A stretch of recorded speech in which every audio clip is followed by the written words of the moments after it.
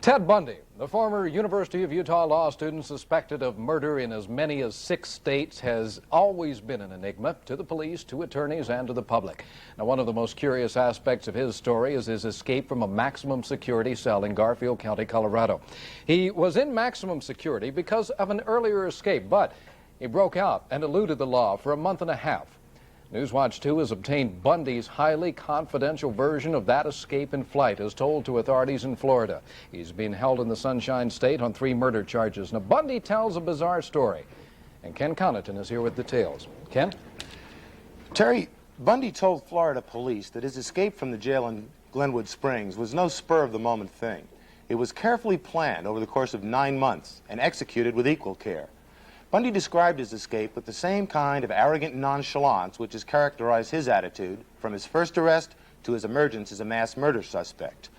He was locked in an all-steel jail for 9 months, and he claims that during that time he got to know the cell better than the jailers. He got hold of a hacksaw blade, he refuses to say how, and cut through a welded light fixture plate into the ceiling. Then he began crawling around between the ceiling and the roof, looking for a likely way out. On the evening of December 30th, he was in that crawl space above a room where the resident jailer and his wife were making plans to go to a movie. Bundy says he wasn't sure whether the whole deal was a setup, meaning he could be gunned down the moment he tried to run, or the opportunity of a lifetime. In his words, I said, well, let's see, you know, if they're waiting outside to blow me away or waiting on me, I'll do it. Bundy huddled between the ceiling and the roof, making that decision. Quoting now, "So I debated a full half an hour, and that's a luxury." Finally, he decided to go for it. He dropped down into a linen closet after the jailer had left for the movie, walked out the front door of the jail into what he calls a beautiful Colorado snowy night. He stole a car, but the car got bogged down in Vail Pass. Says Bundy, "I was more afraid of freezing to death than I was of being caught." But a passing motorist gave him some help, and Bundy was soon on a bus to Denver. A few hours later, he was on a plane to Chicago. Bundy escaped on a Friday night, the night before last New Year's Eve. He wasn't missed until shortly after noon Saturday. By that time, Bundy bragged to investigators, he was in Chicago and, quote, "I had, I think I'd had 3 gin and tonics." Ken, something puzzles me about all this. How was Bundy able to be gone from his cell from Friday night until noon Saturday and never be missed? Well, during the week before his escape, he'd established a pattern of telling the jailers that he was too ill to be able to eat his morning meal. So when the meal train came through that morning and Bundy did not get out of bed for breakfast, no one thought anything was strange about it at all. He'd had it all set up. Okay, you're going to have more, right? Yes, I think tomorrow. We'll have more tomorrow. Okay, tomorrow we're going to have, this is an exclusive report, by the way, we're going to have details, Bundy's version of how he escaped from his jail cell, including his cocky tale of how he casually watched his alma mater win the Rose Bowl game, while Western lawmen search frantically for his trail in Colorado. Good evening. Last New Year's weekend, authorities throughout the West mounted a massive manhunt for Ted Bundy. Bundy, a former University of Utah law student, had broken out of a maximum security cell in the Garfield County Jail in Colorado.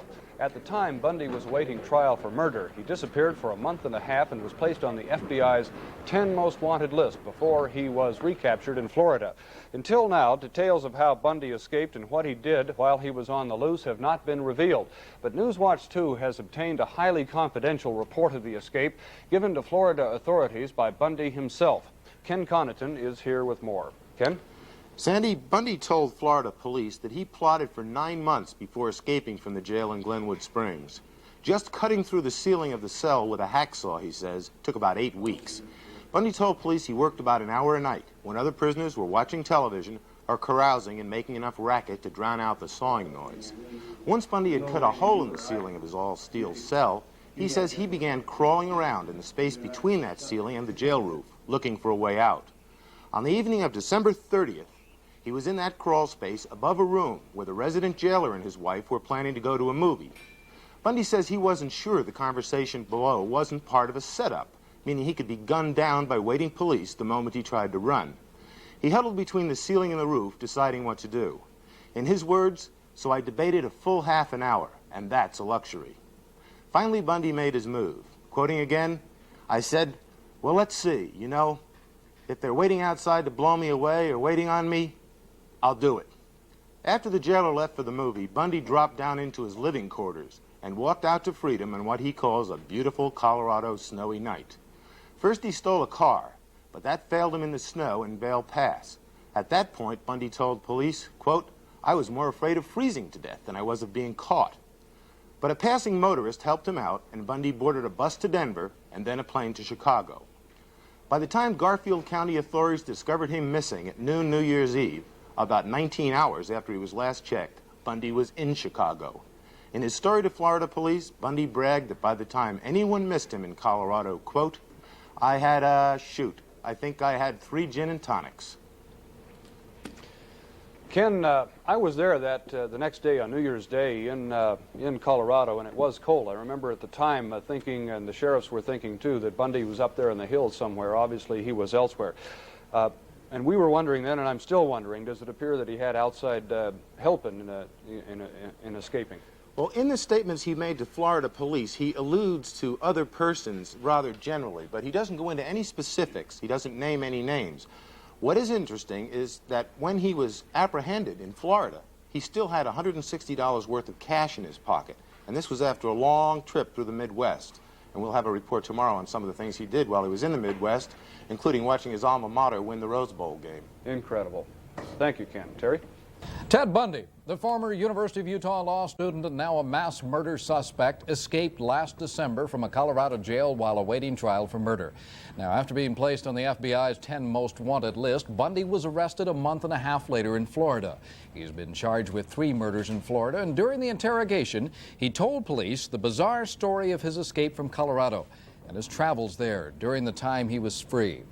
Well, today, Ken Connaughton has more on this exclusive Newswatch 2 report. Ken? Thanks, Terry. Yesterday, we gave you Bundy's account of his elaborate escape, 9 months in the planning, and how he used a stolen car, a bus ride, and an airline trip to flee Colorado. Bundy claims he was in Chicago having a cocktail by the time he was discovered missing. Well, once in Chicago, Bundy decided to take a train north for 2 reasons. One, nostalgia. He says he hadn't been on a train since he was a kid and wanted to give it another try. Secondly, and these are Bundy's words, "I figured it's a nice way to lose a trail, if I'd left a trail." He traveled to Michigan, Ann Arbor, home of the University of Michigan. But he says he was still a little leery of getting caught, so he kept a low profile there. In his words, I played it the way that I had planned it in jail. Didn't stay out after 10 o'clock. He says the first feedback he got on his Colorado escape was from a radio broadcast in Ann Arbor. That broadcast quoted Colorado authorities as saying they thought Bundy fled New Year's Eve. Bundy's reaction? Quote, "Hey man, they're way off. They don't know where the hell I am if they thought I escaped, a good 13 hours after I did." Well, Bundy says that made him feel great. So he went to a bar, got, in his words, bleary-eyed, and watched the Rose Bowl game. Bundy's alma mater, the University of Washington, was playing Michigan. And the Huskies, said Bundy, whipped the pants off him. It was beautiful. But he says he was surrounded by a bunch of fanatic Michigan fans, so he played down his enthusiasm. Bundy was intent on covering his trail in Michigan, and he told police that he lived there so quietly that, quote, "The only thing I did in any bars in Ann Arbor was get sick on New Year's. It was, if I might say, that was really a glorious time for me." But then the weather turned bitter cold, and Bundy decided it was time to head south. He went to the university library and thumbed through a college directory. It was there he decided to go to Florida, to a campus town in Florida. He says he chose Tallahassee, home of Florida State, pretty much at random. Explains Bundy, "I know how to operate in and around college campuses. I knew I would pick up an ID. I know how to be a student. I know how to look like a student. I know how to act like a student. I blend in." Bundy went first to Atlanta and then to Tallahassee, where he settled into the college community. He even attended some classes. But he told detectives that soon after his arrival, he got an eerie feeling that he'd come to the wrong place.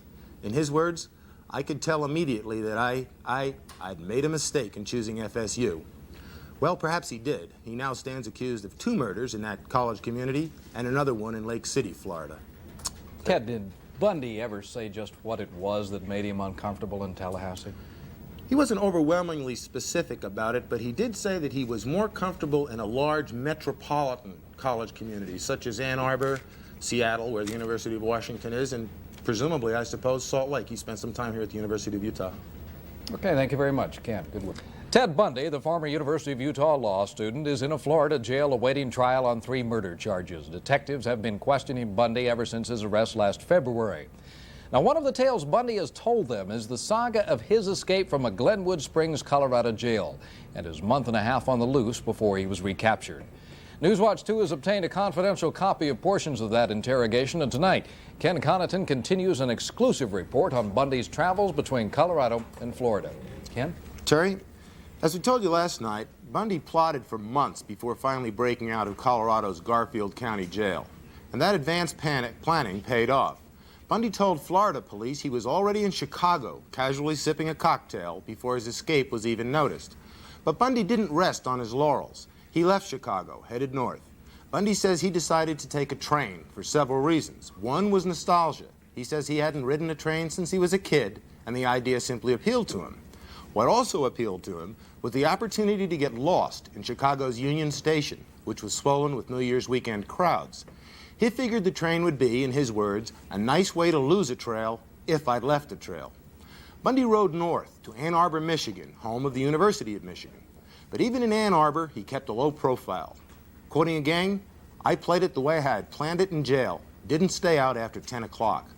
The jailbreak finally caught up with him on an Ann Arbor radio broadcast. But that broadcast actually brightened Bundy's mood because it quoted Colorado authorities as saying they thought he broke out New Year's Eve. Says Bundy, "Hey man, they're way off. They don't know where the hell I am if they thought I escaped a good 13 hours after I did." His spirits high, Bundy went to a local bar, drank until he was, by his own description, bleary-eyed, and watched the Rose Bowl game on television. His alma mater, the University of Washington, was playing Michigan. Bundy loved the game. He said the Huskies whipped the pants off him. It was beautiful. But since he was in a bar full of Michigan fans, he kept the lid on his enthusiasm. Bundy told police his main objective in Michigan was to let his trail get cold, so he just lived as quietly as possible. In his words, "The only thing I did in any bars in Ann Arbor was get sick on New Year's. You know it was, if I might say, that was really a glorious time for me." Well, then the weather turned bitter cold, and Bundy decided the time had come to head south. So he went to the university library, thumbed through a college directory, and settled on Florida. He wanted a campus town, and virtually at random, he chose Tallahassee, home of Florida State. As for why he wanted a campus town, quoting Bundy again, "I know how to operate in and around college campuses. I knew I could pick up an ID. I know how to be a student. I know how to look like a student, and I know how to act like a student. I blend in." Well, Bundy did go to Tallahassee, and he did try to blend in. He even attended a few classes at Florida State. But something was wrong, and he apparently could sense it. In his words, "I could tell immediately that I'd made a mistake in choosing FSU." I guess what happened later in Tallahassee, Ken, kind of bears out Bundy's discomfort with that city. I think you could say that at the least, Terry. He's down there now charged with murdering 2 Florida State co-eds and also with murdering a younger girl in Lake City, Florida. Okay, thank you very much, Ken. Patrick?